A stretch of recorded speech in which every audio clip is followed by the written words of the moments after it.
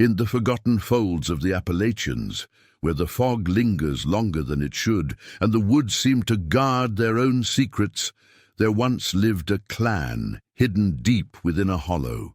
Their land was fenced by towering ridges, and their bloodline fenced by something darker, something whispered only by those who dared pass too close. For generations, they had not stepped beyond the valley, nor mingled with strangers, for their world was built upon its own closed circle. They were born in the hollow, they lived in the hollow, and they died in the hollow. But what happened in those years of silence was not forgotten by the soil, for the soil itself seemed to breathe with unease. It began in the early 1900s, when the first family settled there, avoiding the townsfolk and refusing to trade or marry outside their kin.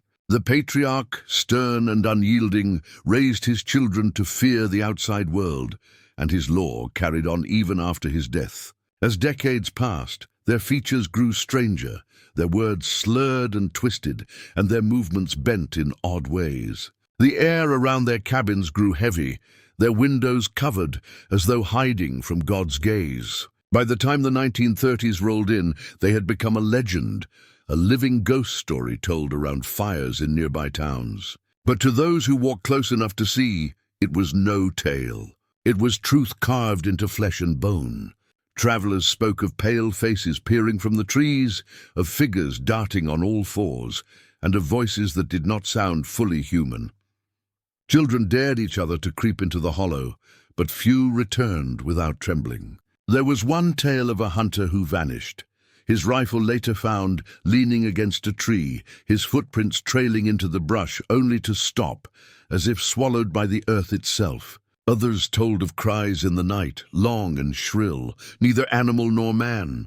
The sheriff of a nearby town had once tried to investigate, but when he returned, he was pale as chalk and swore never to step there again. The clan themselves lived in decay. The cabins leaned and sagged, the walls blackened with soot, the air damp and sour. Inside, candles barely cut through the gloom, and their tables were bare but for scraps. Their children grew with sunken eyes, their limbs bent, their tongues muttering broken syllables that echoed through the valley like a chant no outsider could understand. They feared nothing but the outside world, and they clung to each other with an unnatural bond that tied them closer than kin should ever be. By the late 1940s, whispers spread wider. Stories of travelers attacked, of livestock gone missing, of strange shapes crawling across the road at night. Locals avoided the hollow completely, crossing themselves when the wind carried faint cries through the hills. The family thrived in silence, but silence carries weight, and weight becomes rot.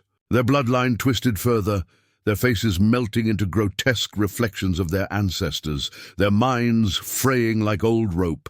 Then came the summer of 1951, when the storms were fiercer than memory, and the rains bled the mountain roads into rivers of mud. A group of men, hunters seeking shelter, stumbled too far into the hollow. They saw cabins standing crooked in the rain, shadows behind the shutters, and eyes glimmering like glass in the dark. They told later of figures that moved too close to the ground, of skins so pale it seemed to glow, of mouths that opened in unnatural ways. The hunters fled before dawn, never daring to fire a shot, and when they reached the town, their voices shook as they spoke.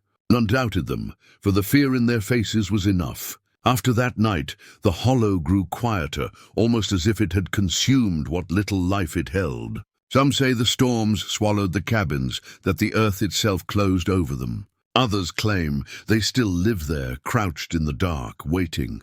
Travelers still whisper of shapes along the tree line, of strange calls that echo through the fog.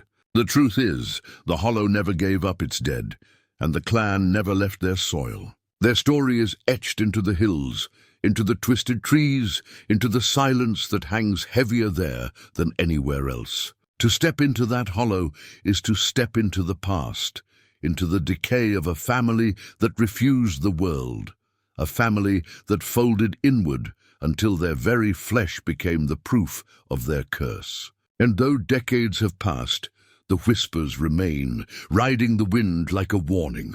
They say if you stand too long at the edge of that valley, you will hear them breathing, closer than you think, waiting for the curious and the careless to step too far in. The Hollow does not forget, the clan does not forgive, and their blood still stirs beneath the soil.